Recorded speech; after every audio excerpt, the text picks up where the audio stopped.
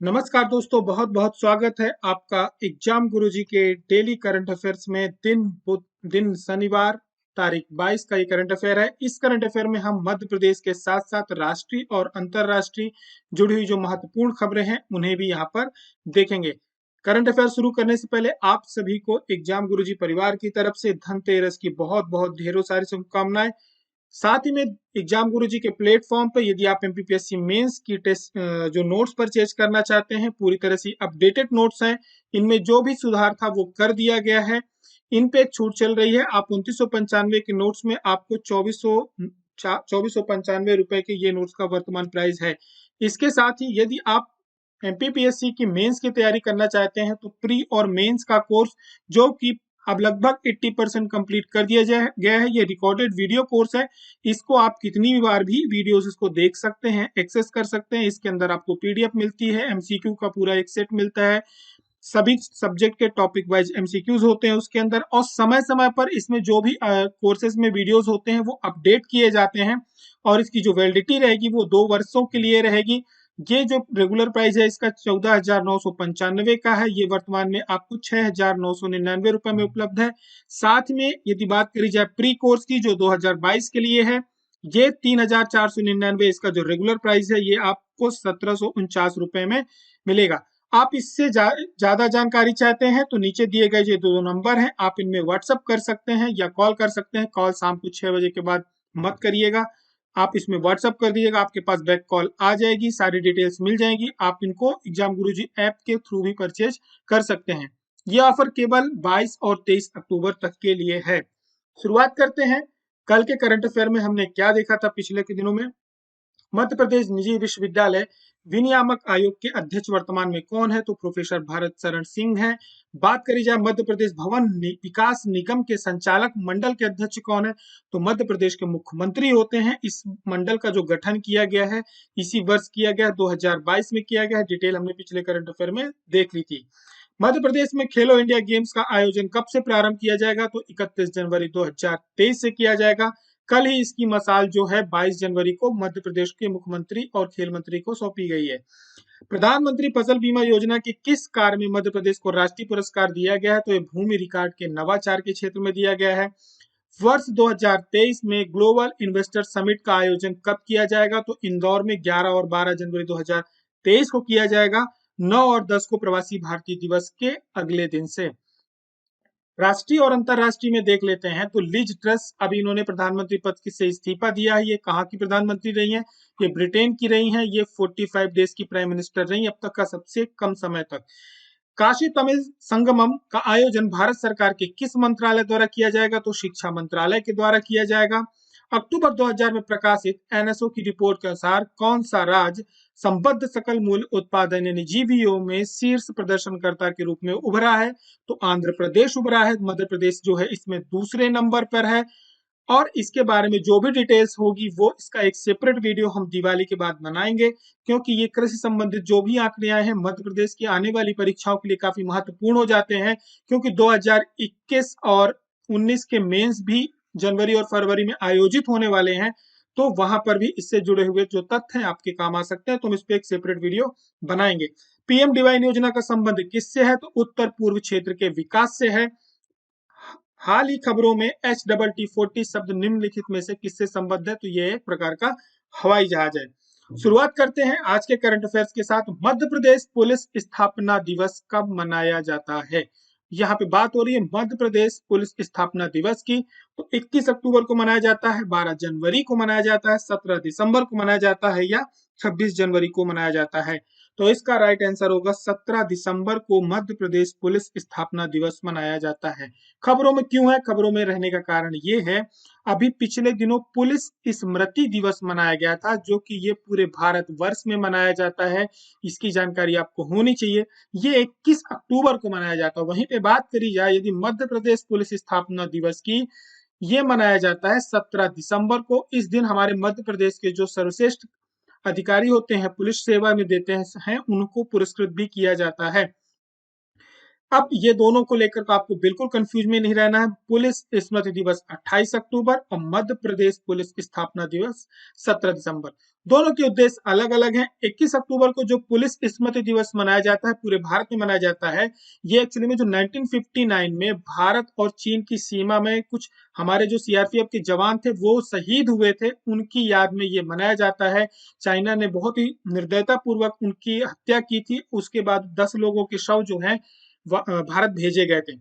अब इसकी जो शुरुआत हुई थी तो कब से हुई थी, तो इसकी जो शुरुआत हुई थी 1962 से हुई थी। अब बात करी जाए यदि इसकी, तो इसके पहले कार्यक्रम क्या होता था, एक सामान्य तरीके से मनाया जाता था, लेकिन साल 2000 से इसको हर साल पुलिस दिवस पर परेड का आयोजन किया जाने लगा और श्रद्धांजलि कार्यक्रम होते। लेकिन इस पे आगे बढ़ते हुए हमारे देश के प्रधानमंत्री ने 15 अक्टूबर 2018 को दिल्ली में भारत के पहले राष्ट्रीय पुलिस संग्रहालय का उद्घाटन किया है।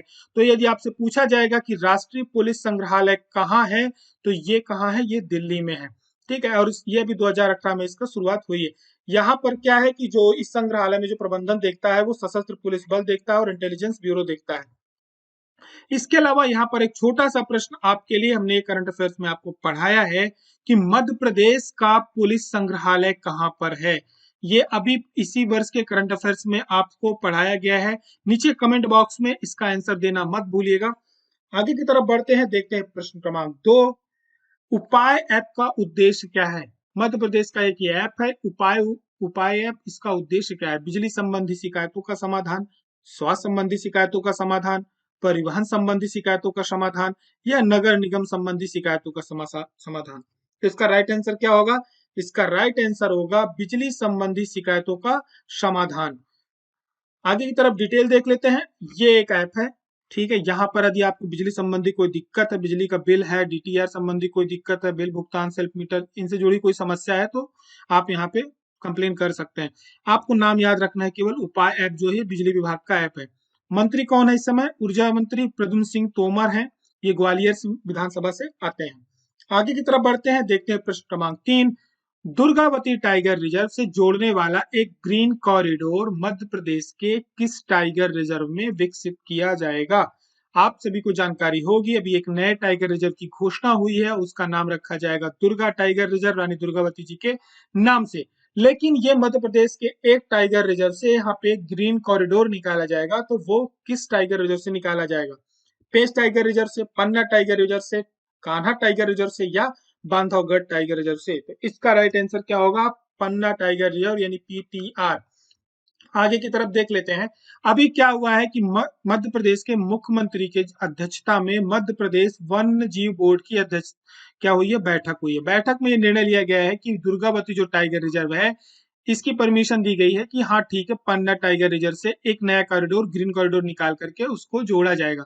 रीजन क्या है इसको नए टाइगर रिजर्व बनाने का, आप सभी को जानकारी है कि केन बेतवा जो लिंक है, परियोजना है, ये अब पूरी तरह से इस पर काम चालू हो गया है। जब ये इसका एक बहुत बड़ी जो समस्या जा रही थी इस लिंक परियोजना में, कि इसके बीच में ये जो पन्ना टाइगर रिजर्व का कुछ हिस्सा इसमें आ रहा था, वो जलमग्न होने वाला था, यानी डूब में आने वाला था। तो सरकार ने क्या किया कि इसके लिए एक अलग टाइगर रिजर्व बनाने की मंजूरी दी है। तो अब क्या होगा, अब ये होगा कि जो नया टाइगर रिजर्व है, ये मध्य प्रदेश के साथ साथ उत्तर प्रदेश के जो राज्य हमारा यूपी है, उसके साथ भी कुछ जिलों में अपनी एक सीमा शेयर करेगा। इनमें मध्य प्रदेश में एक नरसिंहपुर रहेगा, ठीक है। इसके बाद सागर, दमोह, ये 3 जिलों में इसका एक तो फैलाव रहेगा ही। बाकी का ये क्या करेगा, अब इसके बीच में क्या है, पन्ना टाइगर रिजर्व यानी पीटीआर से एक ग्रीन कॉरिडोर निकाला जाएगा। ग्रीन कॉरिडोर से ये रहेगा कि वहां पर किसी प्रकार का आवागमन नहीं रहेगा। जो टाइगर्स का मूवमेंट होता है, एक क्या होता है कि एक जो वन विभाग वाले होते हैं, ये लोग क्या होता है कि पहले एक पूरा का पूरा एक सर्वे करते हैं कि जो टाइगरों का आने जाने का रास्ता है वो कौन सा है, ठीक है। उसके हिसाब से वो अगल बगल वाले को लिंक करते हैं, क्योंकि उनका जो मूवमेंट होता है एक निश्चित एरिया होता है, वो उनका उधर की तरफ ही मूवमेंट रहता है। पानी पीने वगैरह जाते हैं, बाकी की चीजों के लिए भी जाते हैं। तो वहां पे एक ग्रीन कॉरिडोर के माध्यम से इसको क्या कर दिया जाएगा, लिंक कर दिया जाएगा। इसका एरिया कितना रहेगा, 1414 किलोमीटर का रहेगा। ये जो रहेगा कोर एरिया रहेगा, और 925 वर्ग किलोमीटर एरिया को ये बफर जोन के रूप में मंजूरी दी है इनने। अब बात करी जाएगी इसमें बीच में कौन सी नदियों, यदि आपसे पूछ लिया जाए कि किस लिंक परियोजना है, तो आपको याद रखना है कि केन बेतवा नदियों को जोड़ने वाली परियोजना के इसमें ये आएगा। अब जो नया बाघ अभयारण्य बनाया जाएगा, ये एक प्रकार से एक वन्य जीव प्रबंधन योजना है। इसमें अब दो राज्य सरकारें सम्मिलित रहेंगी। कौन कौन सी रहेंगी? एक यूपी रहेगी प्लस एमपी रहेगी। आपको मालूम है कि मध्य प्रदेश के कई टाइगर रिजर्व हैं जो अलग अलग राज्यों के साथ अपनी जो एरिया होता है वो शेयर करते हैं। इसके बारे में जैसे ही एक पूरी तरह से जानकारी बाहर आएगी, सरकार इसको नोटिस में बोर्ड में निकालेगी, गजट में निकालेगी, उसको हम देखेंगे। आगे की तरफ बढ़ते हैं, देखते हैं प्रश्न क्रमांक 4। हाल ही में शुरू की गई टेली मानस पहल का संबंध किससे है? टेली मानस पहल का संबंध किससे है? वन्य जीवों का संरक्षण से, मानसिक स्वास्थ्य से, शिक्षा से या श्रम कल्याण से? तो इसका राइट आंसर क्या होगा? मानसिक स्वास्थ्य से है। डिटेल्स यहाँ पर हम देख लेते हैं, ये नेशनल और इंटरनेशनल में आएगा। आज खबरें ज्यादा नहीं थी एमपी से, तो सरकार ने क्या किया, ये पहली बार कुछ नहीं है, इसमें 24 घंटे सातों दिन आपको यदि किसी प्रकार का, बहुत सारे लोग होते हैं जिनको मेंटली स्ट्रेस होता है, तो उनके लिए एक हेल्पलाइन नंबर जारी किया गया है। आप वहां पर कॉल करके जो भी आपको समस्याएं आप बताते हैं, तो वो आपको मोटिवेट करते हैं। तो ये एक तरह का पूरा एक सरकार ने सिस्टम तैयार किया है।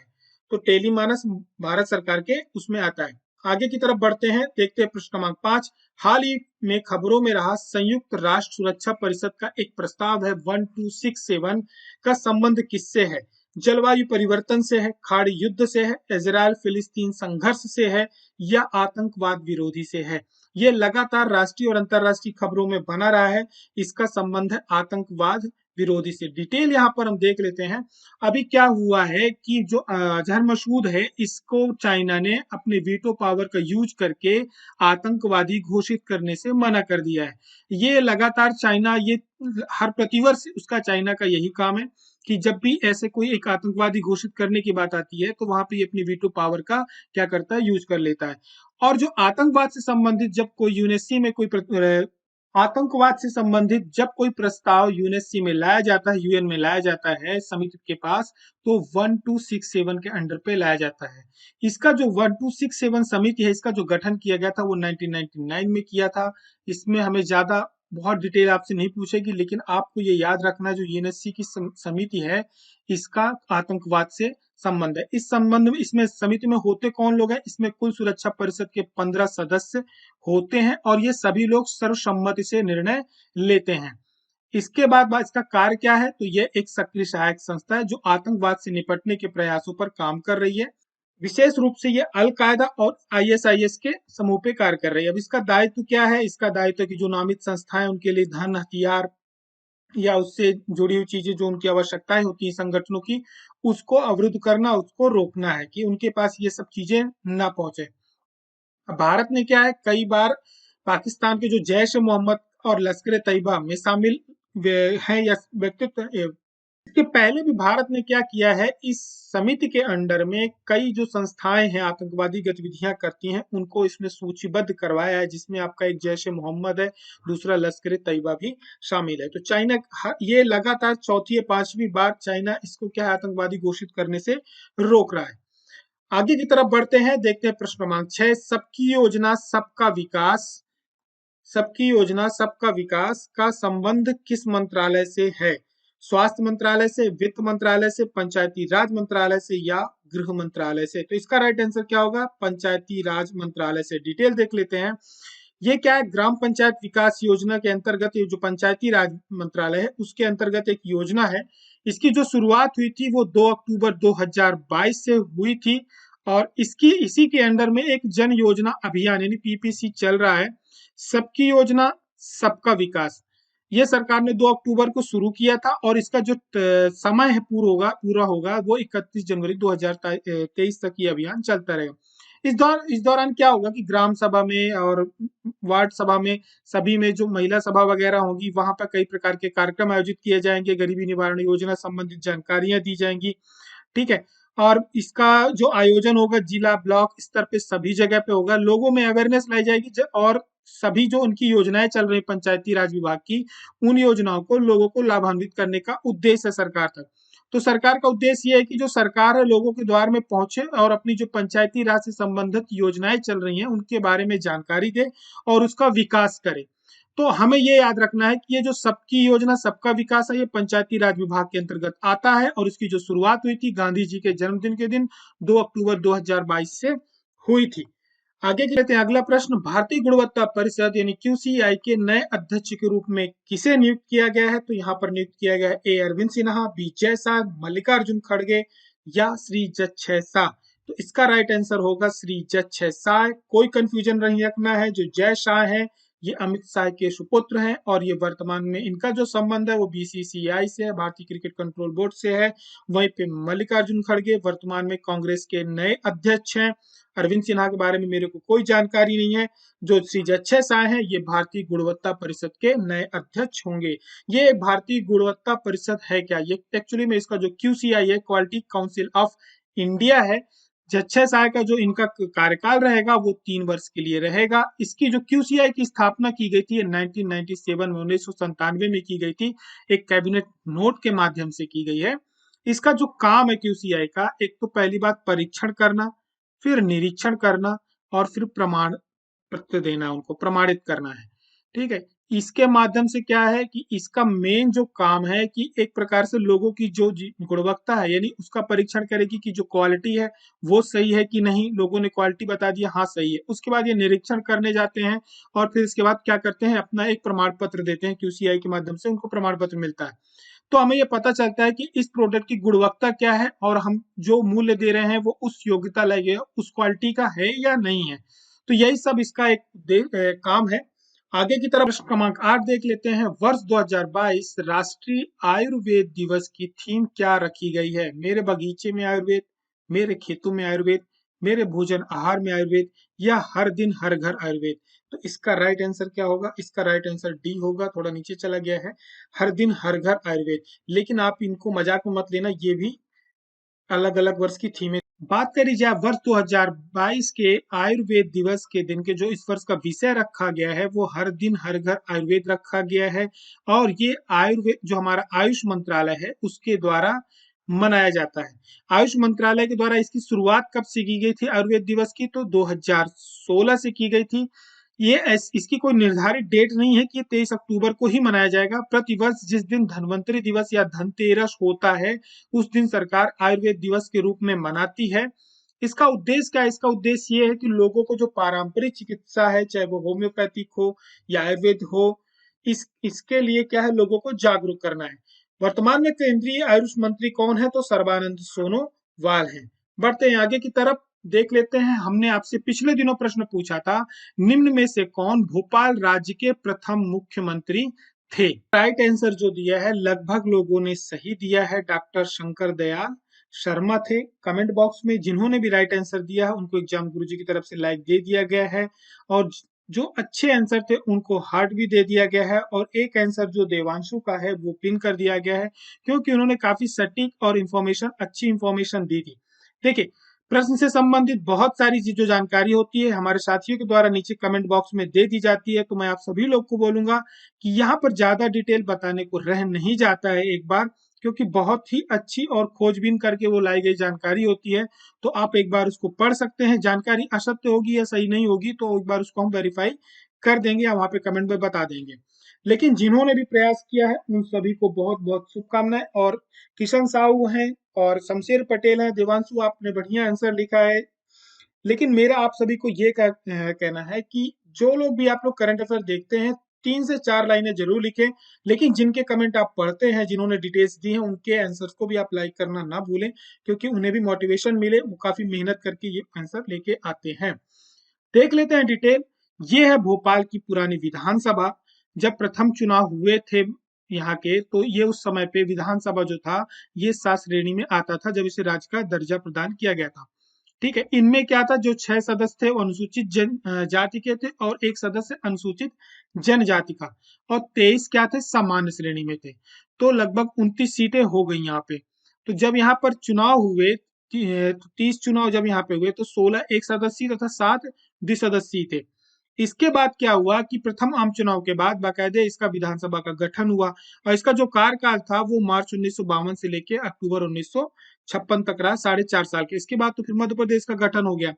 तो यहाँ के जो प्रथम मुख्यमंत्री हुए थे वो डॉक्टर शंकर दयाल शर्मा थे, विधानसभा के अध्यक्ष श्री सुल्तान मोहम्मद खां थे और उपाध्यक्ष श्री लक्ष्मी नारायण अग्रवाल थे। उस समय पे विधानसभा भवन ये था।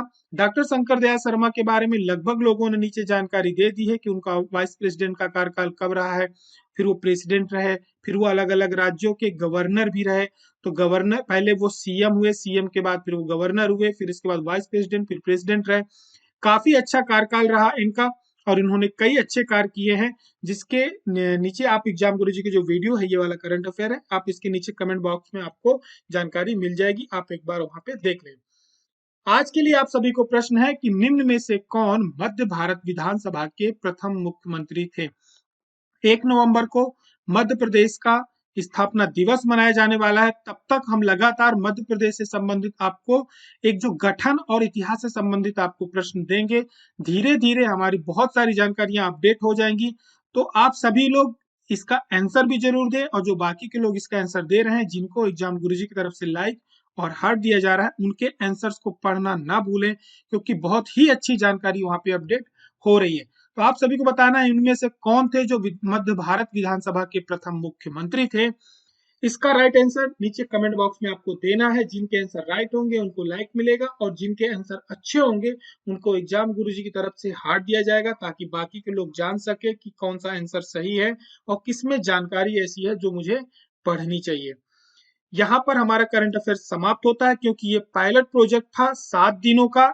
आप सभी लोग नीचे फीडबैक देना मत भूलें कि जो अगला करंट अफेयर्स हमारा दिवाली के अगले दिन आएगा, उसे नेशनल और इंटरनेशनल उसमें साथ में दिया जाए अथवा नहीं दिया जाए, केवल एमपी का ही किया जाए, या ये दोनों का जो हमारा अभी वर्तमान में पिछले 7 दिनों से चल रहा है, इसी प्रकार से एमपी प्लस नेशनल इंटरनेशनल दोनों साथ में दिए जाए।